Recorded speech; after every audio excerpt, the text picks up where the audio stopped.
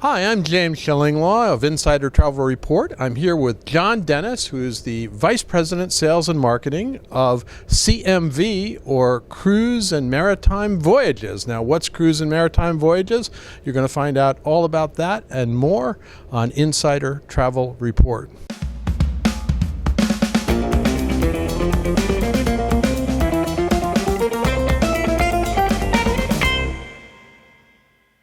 John, first of all, let's tell them where we are, because we are on the Astoria in just off Cabo, off of the Baja California. Exactly. And Astoria just happens to be we're actually on the oldest, I think, active cruise passenger ship in the world, right? No, you're right. You're right. The Astoria's had a great history, gone through many incarnations from the days of the original Stockholm up until recently, obviously coming Astoria for us.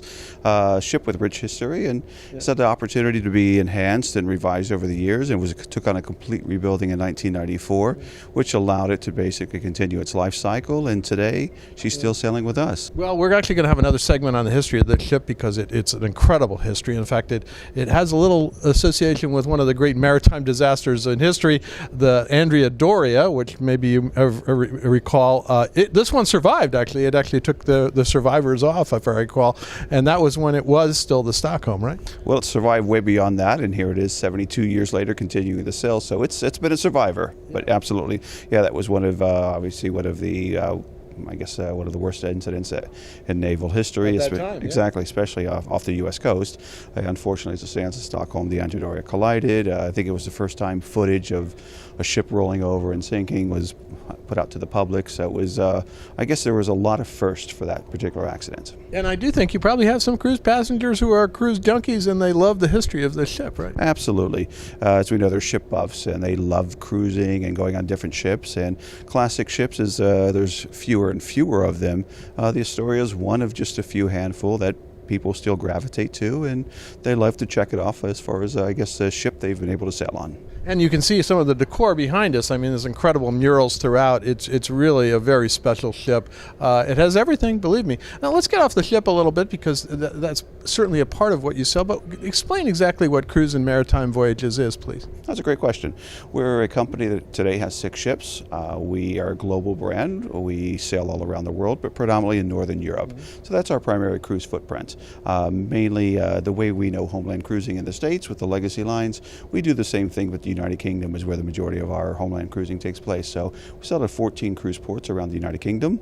London, Tilbury is our main hub, and it's about 45 minutes from central London, so a little bit closer than the Southamptons of the world, etc. But we started out with one vessel 10 years ago. Here we are in our 10th year, and knock on wood, we're continuing to grow, and we're into 6 ships now. Well, and also you have some very interesting itineraries. Isn't that sort of the marking? It is a British-based cruise line, although has some Greek owners, if I recall, and it's very international. But you have really very fascinating itineraries that are very different from the norm. And in fact, we'll talk a little bit about the one we're on right. Well, let's talk right now about the one we're on right now, which is really not really one that you instituted this just about a month ago, or roughly, I think. Exactly. It's the Sea of Cortez. It's an 11-night. We call it the Treasures of the Sea of Cortez. So it touches on 8 ports, including the embarkation port of Puerto Peñasco. We do 4 ports in Baja California Sur, and that includes Cabo, which most obviously people know, but going on to La Paz, which is a little less visited. Well, La Paz was amazing, I got to tell you. Absolutely.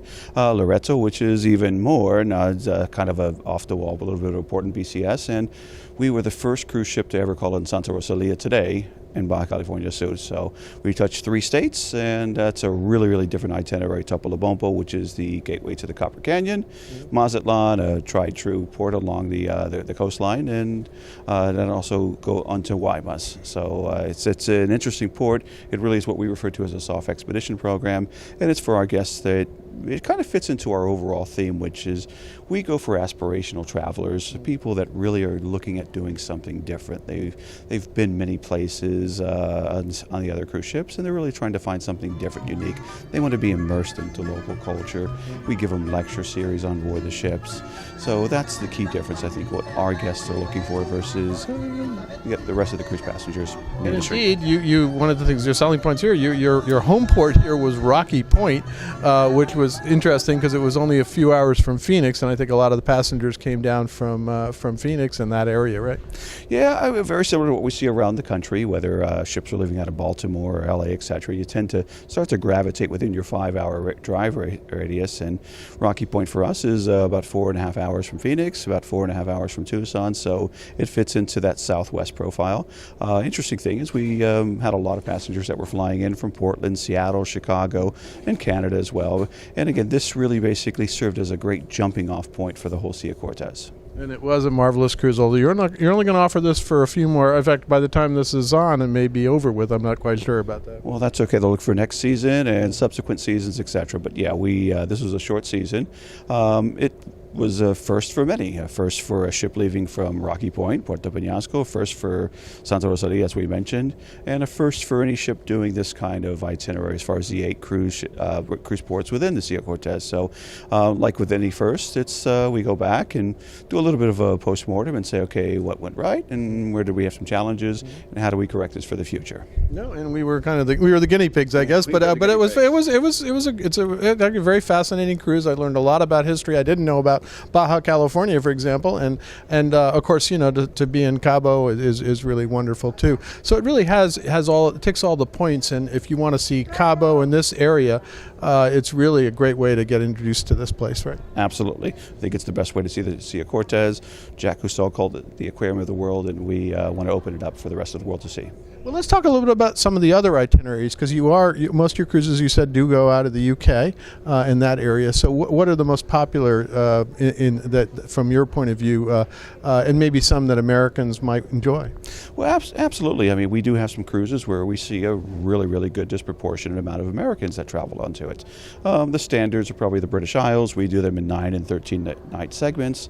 Not too many people that do the British Isles in that way. Yeah. Not in that way, exactly. We really go into the nooks and crannies, and as we talked about the ships a little bit earlier, our vessels basically range in size from as small as the Astoria with about 500 passengers up to the Columbus, which is about 1,400. So the ships get into areas of the British Isles and areas of the world where large 6,000 passenger ships just unfortunately can't go today. Yeah, and a lot of those places in the British Isles are exactly those kind of ports, right? Absolutely. We continue on with the Faroe Islands, Greenland, Iceland, the Baltics are standards. Our long cruises, we do World Cruise. It's 120 nights. It leaves out of... Everybody does World Cruises. It's a different kind, right? Yeah. Absolutely. Again, going back to that aspirational traveler, what we see is our travelers that are coming over, and this is where we really basically show a high percentage of Americans are on cruises like the World Cruise, because we do an incredible value. Ours is 120 nights. We start out at roughly about $12,000 a person. So for $100 a night, we're delivering an exceptional experience that includes basically all of port charges and taxes. We don't have NCFs, so agents are paid commission on the complete. That's a good point. Yeah. Absolutely. And again, this is where Americans, they go over to London. Many of them, we leave on January 5th. Airfares have really basically dropped after the 31st. They're able to take a few days, do some theaters in London, etc. So it works out really well. So I guess the other thing is, how can travel advisors best work with you, I would say? Well, we love travel advisors, and we want to continue to grow our travel advisor distribution system. It's important, it's crucial to us. Our call center is based in Fort Lauderdale, Florida. We've got sales reps within the office. We do have a couple of field reps. I'm not going to lie to you, we're not the obviously biggest with field reps, but you can certainly call us. We have inside sales managers, and again, we have someone based in Arizona. We've got someone based in Florida that goes up and down the coastline, and we're hoping to put some more reps in the field, but it comes back to give us a call. We want to work with you. We're very, very easy to work with. Now, what is the profile of a cruise and maritime voyages guest? That's a great question. They tend to skew a little bit higher in age, and it's just because some of our voyages are longer, whether it's even a 13-night or an 18-night or a 22-night Greenland. So, of course, these are people who have time on their hands and look to get away. With that being said, they're aspirational cruises, as I mentioned. We give a good value. Our guests, while they can admire the ships that are coming out today with rock climbing walls, etc., the ship isn't the destination for them. The destination is actually, that's what it is. The ship is just really basically a tool to get there. As I always say, when we check the right boxes, ship is clean, food is good, entertainment is good, we check those, everyone wins. Travel advisors win, Hopefully clients come back, they'll rebook with them, and we have happy clients. Well, this ship is a classic. It is a little older, but I have to say it has really everything you need in a cruise. The service is excellent. I got to tell you, the crew is superb. The food's been quite good, surprisingly good. I was not ready for that. And you know, the destination focus, again, as you said, is really the main hub for you know, CMV. I really think that's but it's an experience that sort of old time cruising in a way. I mean, in a way. It is. And I guess that's what our guests are looking for. They like the traditional cruise experience. It's not to say they don't enjoy some of the other ships, and it's not uncommon for someone to possibly take the grandkids on an Oasis of the Seas or a Carnival product or an NCL product during the summertime. Kids get back to school, and now it's a little bit more of us time. What are we going to do? We want to go to destinations that we've dreamed about going to, or perhaps that we haven't seen in years. We said we were going to go back, and we just never did it. So that's our guests. So they're travelers. They like to travel. Again, it goes back to that aspirational aspect, and we deliver that. We deliver it at a really good value, and they appreciate that. Anything else you want to tell? We have about 100,000 travel advisors out there looking at this. So what else would you like to tell them? I just want to say, please give us a chance. We'd love to earn your business. I wouldn't be a salesperson if I didn't ask for your business.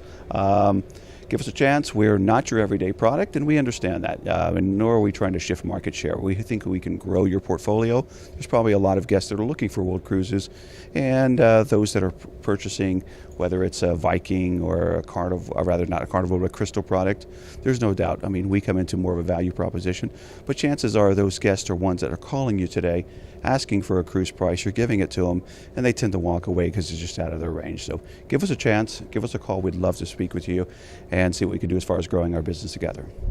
Well, John, thank you for taking the time to explain cruise and maritime voyages. Thank you again for this amazing cruise on a classic ship. And again, we're going to do another interview later about this ship itself, because it does have this history. And I do think this cruise was a fascinating way to explore a destination I really had never been to, Cabo and Baja California. So it's been a great experience. It's great having you on board, and we hope to see many more of our travel advisors on some of our ships. I am James Schillinglaw, and this is Insider Travel Report.